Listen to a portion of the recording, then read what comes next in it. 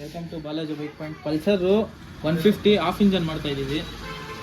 Piston rings ಹಿಂಗೆ set ಮಾಡೋದು ಅಂತ ಹೇಳ್ತೀನಿ ನೋಡಿ. ನಮ್ಮ ಓನರ್ ಹೇಳ್ಕೊಟ್ಟಿರೋದು ನಾನು ಹೇಳ್ತಾ ಇದ್ದೀನಿ. ಇದು ಎಮ್ ಟೈಪ್ ಹಾಕ್ಕೊಬೇಕು.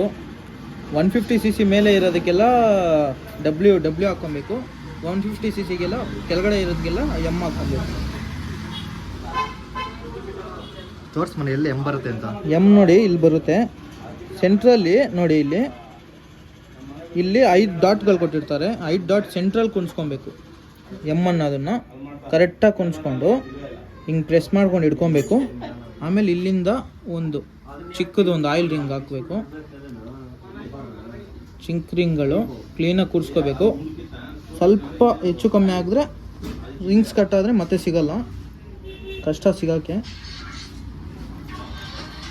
ನೋಡಿಕೊಂಡು ಕ್ಲೀನಾಗಿ ಹಾಕ್ಕೊಳ್ಳಿ. ನನಗೂ ಹಾಕೋಕ್ಕೆ ಬರೋಲ್ಲ, ನಾನು ಇದೇ ಫಸ್ಟ್ ಟೈಮ್ ಟ್ರೈ ಮಾಡ್ತಾ ಇದ್ದೀನಿ.